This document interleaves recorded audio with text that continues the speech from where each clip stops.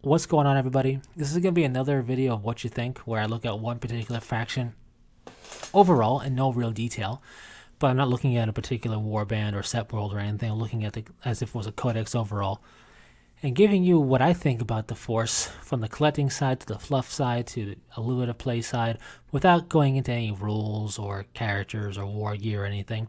And of course, wondering what you think about the particular Force. And the Force in question here is Orks, the quintessential when in doubt, throw Orks at it in terms of the plot. And it works out. Orks are one of those things that, because of their nature, if you're ever stumped, let's say you're doing a tabletop role-playing game campaign, or you're playing one of the video games, or anything like that, you'll notice that Orks tend to always be thrown at you, at least in the very beginning.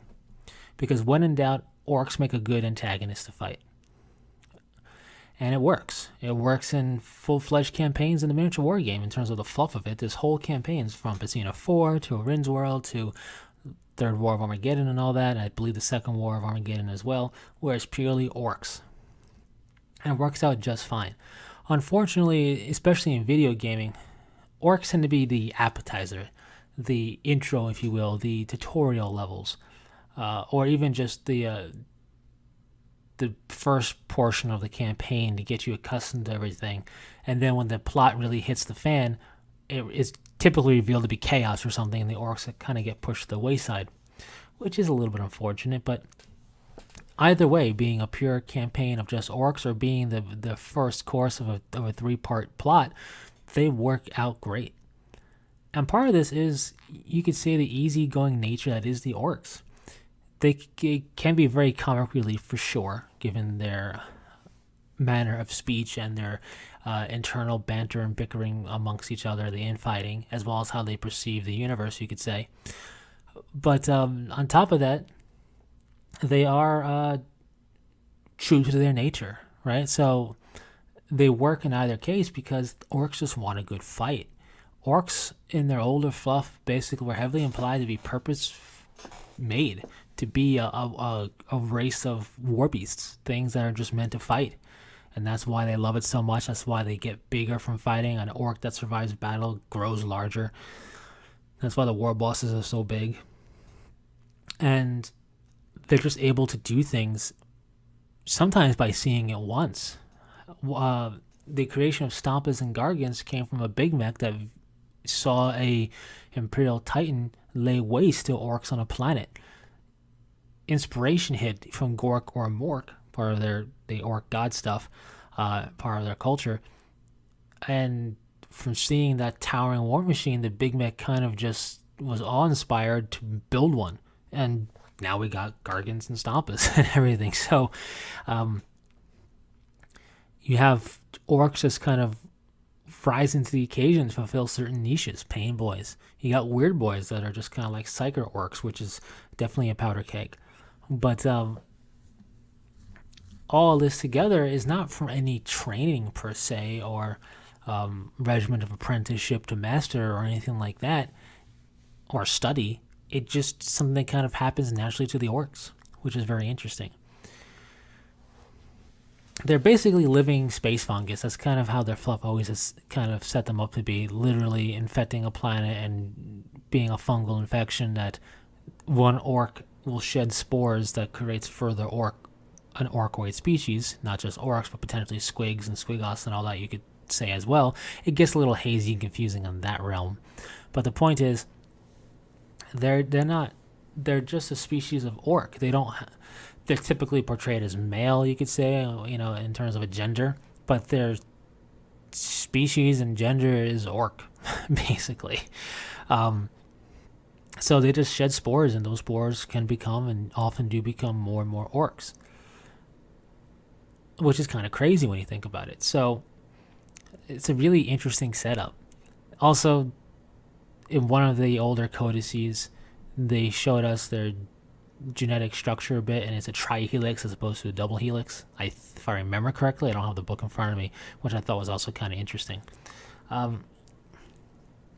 One of the big things for Orks is some of their quirks is based on Orc culture belief. So the best example of this is red paint jobs on vehicles make them go faster. And in the lore of fluff and in the setup and even in the rules, red vehicles are ever marginally faster. You could have two orc vehicles that have been built by the same mech with the same parts and stuff built up. One's painted blue or any other color but red, and the other one's painted red, and that red one will go faster every time. It's part of the orc, as it's been described, collective unconscious psyche of what orcs have going on for them in terms of their culture and what they believe, that is kind of leading it to be that way. There's no real science behind it. There's no real proper lore explanation either, especially nowadays, but red vehicles go faster for orcs. This is why some of their combi weapons and stuff that look like they're literally duct taped and chained together function, kinda. And it's why some of the big mech inventions are crazy, but work-ish, sorta. And it's really an interesting concept. Being true to nature and just wanting a good fight and getting stuck in because they're probably purpose created to be fighting a fighting species, they're kind of, I don't want to say innocent, but neutral in that regard. They are very much living up to their instinct and their nature, much like the Tyranid hive mind, you could say, is as well.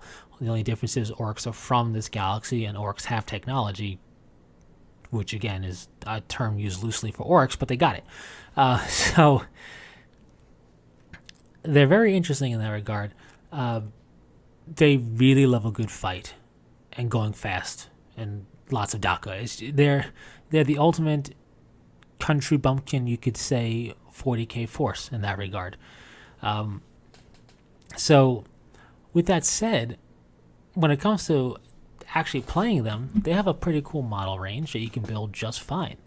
But what people like to often do, at least with one of their vehicles as a centerpiece, or what some players do with almost everything, is scratch build / kit bash or convert up a vehicle, as opposed to just using the kit. Maybe they'll use the kit as a base, maybe they won't use the kit as a base, they'll use anything else as a base and make up their own orc truck or battle wagon.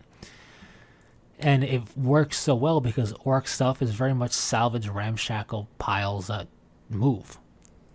So if you're somebody who really wants to try the scratch building setup and you like orcs as a force and just, you find them interesting and you like them, you don't have a dislike, but you want to tackle stuff with plastic card and green stuff and taking bits and converting it and building it different from its intention almost entirely, then orcs are the force for you.